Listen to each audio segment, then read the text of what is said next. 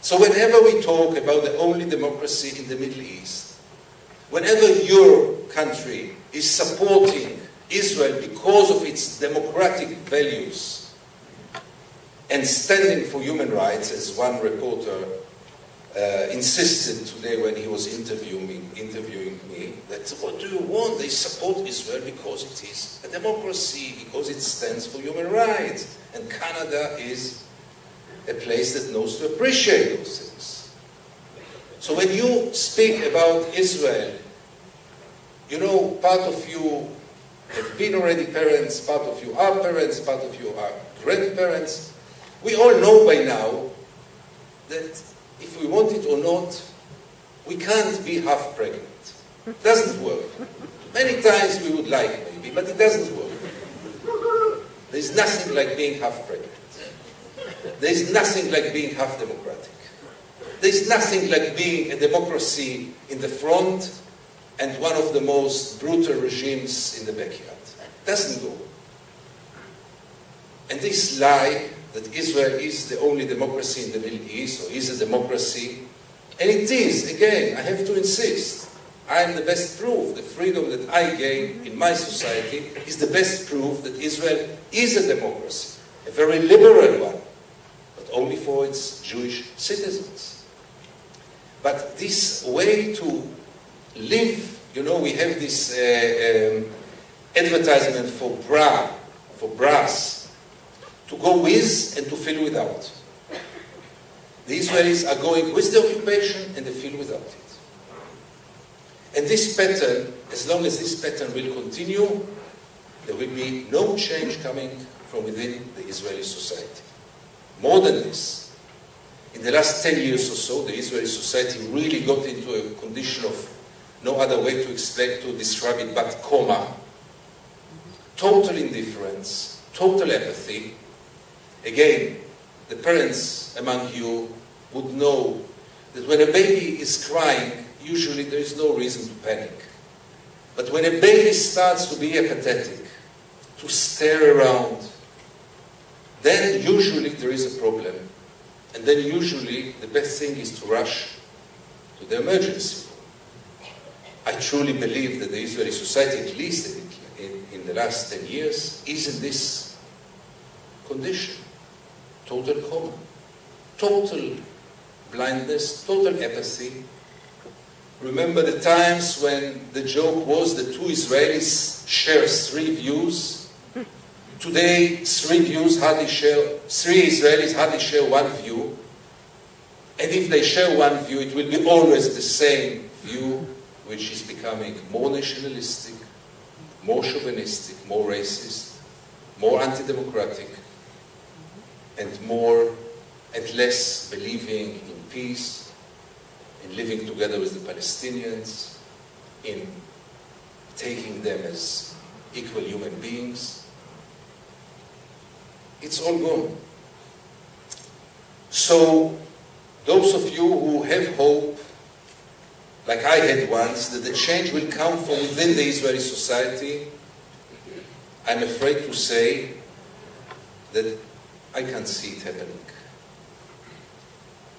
Life in Israel, at least in parts of Israel, is wonderful. Why should the Israelis bother themselves with this headache of peace and evacuating settlements? Who needs all this hassle when life is quite good? Very, very few Israelis have ever visited the occupied territories. Very, very few have ever seen the separation wall. Very, very few have ever even visited a settlement, not to speak about a refugee camp or a Palestinian city. We are facing now a new phenomena that in the last 10 years or so, the big majority of young Israelis have never met a Palestinian in their life. And the big majority of the young Palestinian generation have never met an Israeli who is not armed. Many times when I travel to the West Bank or to Gaza, and young people or children are coming around me, I have to show them my ID because they really don't believe I'm an Israeli. And Jewish Israeli. How come? Where's your gun? How come you talk to us? How come you listen to us? This is something they've never seen. Where's the solution, though? Did I finish my lecture? And when the two peoples are not meeting almost anymore, except of really small groups, very, very small groups, who try still to keep some kind of dialogue and meeting points. When the images are, for the Israeli, the only Palestinian he knows is the suicide bomber, and for the Palestinian, the only Israeli he knows is the soldier, who might beat his parents in front of him, who might come in the middle of the night, who might humiliate his brothers and sisters, who might arrest them, who might kill them. When this is the case, things are becoming worse and worse.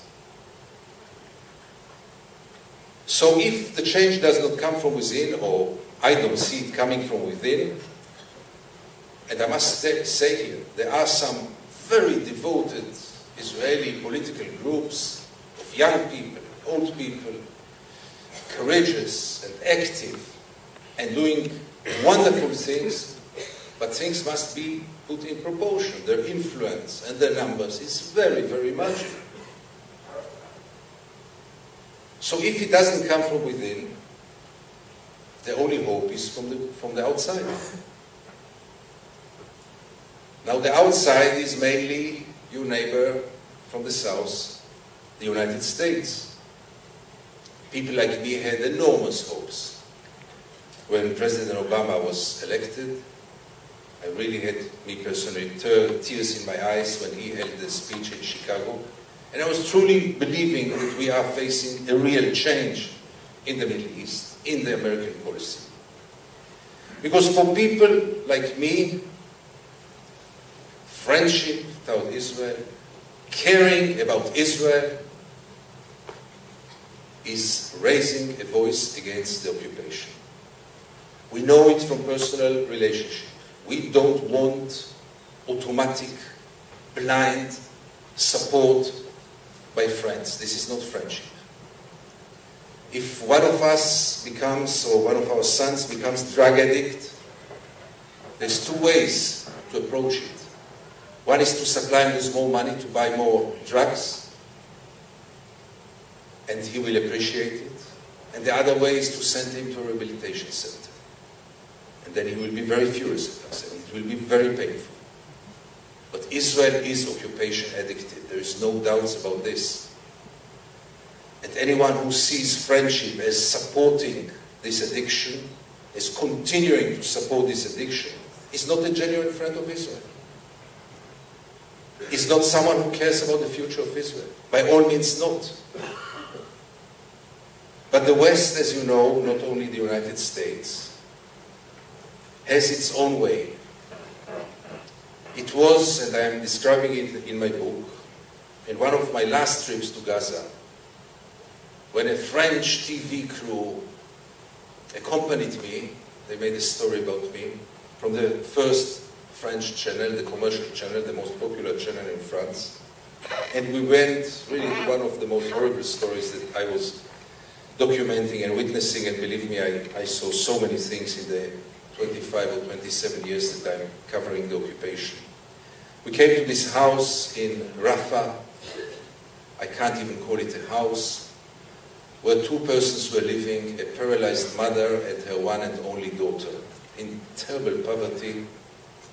And it was the night before we came there that they went to sleep together in the same bed, the mother and her daughter. And an Israeli missile hit the house and killed the daughter. When I came there the next morning, I couldn't communicate with the mother. She was totally traumatized. We would try to make a story to document what we could. And then we went out, and the French journalist asked me for my feelings. And I told him this is one of those moments that I feel deeply ashamed of being Israeli. Because this missile is on my behalf. was on my behalf, and I'm part of it, and I carry responsibility like any Israeli. The next morning he calls me up, the French journalist, and says, I'm so sorry, we can't broadcast it. I thought maybe a technical problem, even though I knew that the French journalists will never admit that there is technical problems in French equipment. You say, no technical problem. Our editors in Paris say that our viewers will not tolerate the sentence that you say that you are ashamed to be an Israeli. And this opened my eyes that there is also a problem in the West, in the coverage, in the attitude.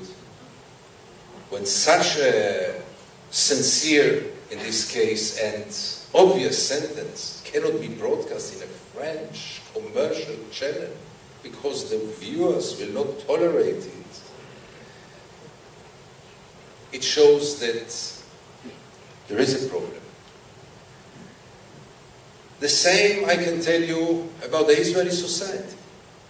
I remember very well one of my first stories back in '89, when I was still very naive, quite brainwashed, and very stupid. It was one of my first stories. I went to this Bedouin family in Nevi Samuel, next to Jerusalem. The year was '89. And they told me a horrifying story which I couldn't believe. The woman in this family was about to give birth. It was a January, cold, windy, rainy night. They went with the car of the brother-in-law, trying to get to a hospital, trying to cross the checkpoints around Jerusalem. The first checkpoint they tried to cross, the soldiers wouldn't let them pass. They went to the second checkpoint, the soldiers wouldn't let them pass.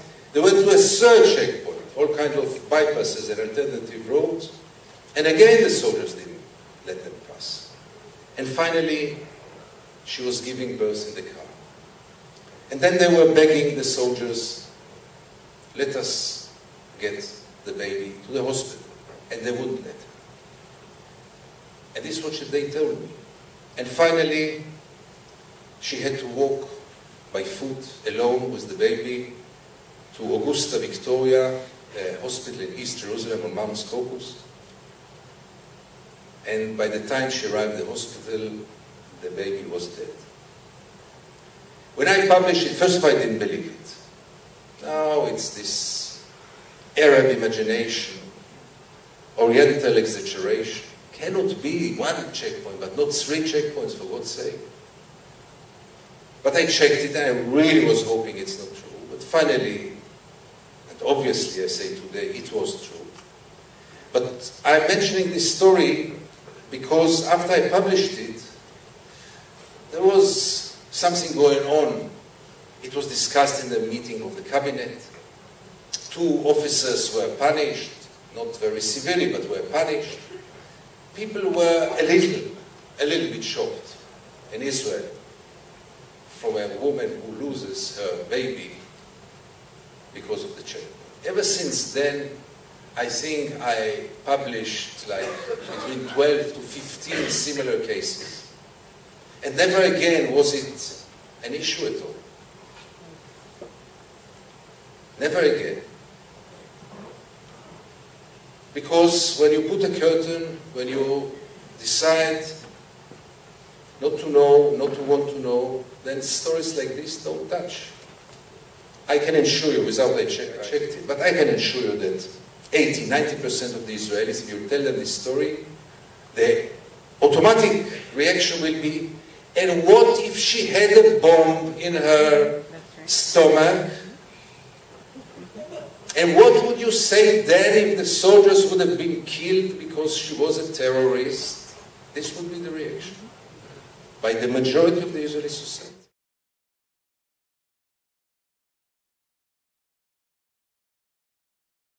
Mobile broadcast news.